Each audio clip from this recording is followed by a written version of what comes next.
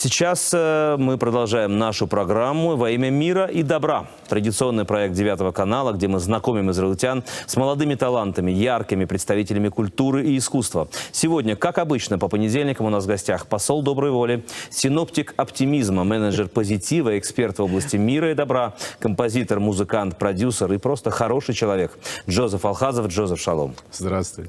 Сегодня у нас в гостях, или у Джозефа, и у меня в гостях, крайне талантливый человек, лидер израильского неоклезмерского коллектива Gefilte Drive и экс-лидер рок-группы «Команда Но», писатель и даже идеолог Александр Котлер. Саша, здравствуй. Здравствуйте. Сколько всего интересного. Да, рассказывайте все по одному. В первую очередь вы все-таки певец, исполнитель? В первую очередь, да. В первую очередь я занимаюсь Gefilte Drive, это моя группа, и со мной играют очень замечательные, прекрасные люди, с которыми просто огромный кайф находиться вместе. В принципе, поэтому мы и вместе, поэтому мы играем. Играем и еврейскую музыку, играем ее так, как мы ее видим, поем на идыш. Это очень такой был интересный момент, когда мы вдруг перестали петь на русском языке и начали петь на идыш. И это дало свои плоды, нам это нравится, мы растем в этом, нам это интересно, эта культура, она открывается, и это наша культура, мы ее чувствуем. Мы ее чувствуем как... На самом деле мы ее чувствуем с рождения, просто сейчас есть возможность ее выплеснуть из себя и показать ее, как мы ее видим. То есть, это довольно... То есть сегодня клезмер еще живет, еще здравствует, процветает, потому что, вы знаете, сегодня музыка популярная видоизменяется, и как бы считается стереотип, потому что клезмер интересует тех, кто, возможно, жил в те времена, пожилые люди, которые действительно слушали музыку и песни на идыш и так далее. Безусловно, но если, как говорится, если все время бежать за модой, все равно никогда ее не догонишь. Да? А мы стараемся этого не делать, мы просто... вытаскиваем те вещи, которые нам нравятся, играем то, что для нас что-то говорит, и пытаемся это донести до людей, которым это интересно. То есть на самом деле есть огромная культурная, целая, наверное, культурная жизнь вокруг языка идыш и вокруг идышевской музыки и песен. Соответственно, мы во всем этом варимся, и нам это интересно. Для нас это новое, и уже как бы даже не совсем новое, мы уже даже... немножко мастера, можно сказать. Я представляю себе, но вы называетесь неоклезмером. Да. То есть это какая-то авторская песня или это народные мелодии? Это вот то, о чем я говорил, что мы пропускаем это через себя, а у каждого из нас это довольно очень интересно, очень хорошие музыканты, у каждого есть свой багаж. То есть это ребята, которые играли рок, джаз, рок-н-ролл, все на свете, и поэтому, когда мы вместе вдруг оказались в одной студии и начали работать, весь этот багаж всплыл и пригодился нам. То есть из этого получилось... То есть наш клезмер мы называем неоклезмером, потому что он немножко отличается от стандартного клезмера, как привыкли его слышать. Поэтому на наших концертах, например, можно увидеть бабушку, которая приходит вместе с внуком, и оба получают удовольствие. У меня нет в этом никакого сомнения. Вот мы видим видео, и хочется не только увидеть, но и услышать наконец-то. И мы сумели приобрести эксклюзивный фрагмент вашего клипа. Итак, внимание на экран. Gefilte Drive.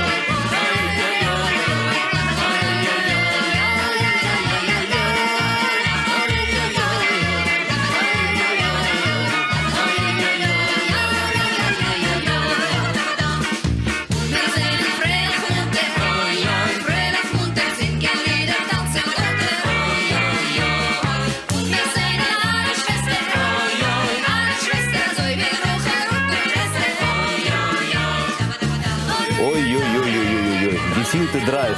Да, действительно, драйв зажигательно, весело. Хочется танцевать. Я знаю, что этот клип посмотрело миллионы человек. Это правда? 2,2 миллиона человек, да. Это мы сами были очень удивлены, потому что никто не ожидал. К нам обратился портал, который называется Every Jew. Попросили этот ролик, мы им дали. Ну, так подумали, окей. И вдруг понеслось. То есть мы так утром просыпаемся, кто-то из ребят пишет. Кто-то из ребят прислал в наш чат, ну, у каждой группы есть же свой чат, прислал, значит, фотографию, на которой было четверть лимона. Мы такие, что бы это значило?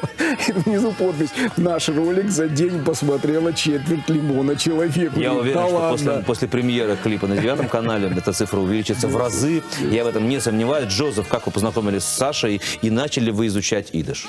Ну, Скрипку уже приобрел. Скрипку я уже приобрел, как я вам сказал.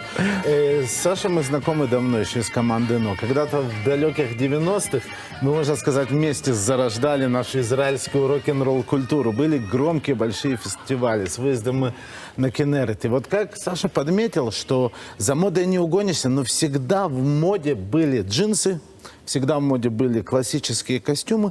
То же самое есть и в музыке. И если мы не перестаем это носить и до сих пор держим стимул этой одежды как что-то высокое в плане моды, то они как раз всегда являлись, как и в рок-группе, которая у них была, которая действительно была не менее профессиональной и драйвовой. И сейчас, как вы можете наблюдать, есть элементы и рок-музыки, и поп-музыки. Это действительно богатая, насыщенная работа профессиональных людей, которые не гонятся за рейтингами, не гонятся за какими-то глянцевыми картинками. Им важна сама суть, сам смысл, творить то, что они чувствуют. Идея. Именно так. Идея. Вы являетесь еще идеологом, правозащитником, писателем даже, если не ошибаюсь. Я пытался как-нибудь объяснить слово «идеолог», которое, я не знаю, как туда попало. Ну, в принципе, да, и всякие идеи, это вот у меня есть. Например, вот этот клип, то, что вы видите, это мы сыграли вместе с акапелла-клубом, который называется The Pitches. Девчонки, которые поют вместе, потрясающие. Я посоветую всем поискать в интернете. The Pitches, это просто здорово. И вот идея была вот такая вот. Я представляю себе. Саш, можно ли зарабатывать деньги, вот играя неоклезмерскую музыку, тем более сегодня в период коронакризиса и коронавируса?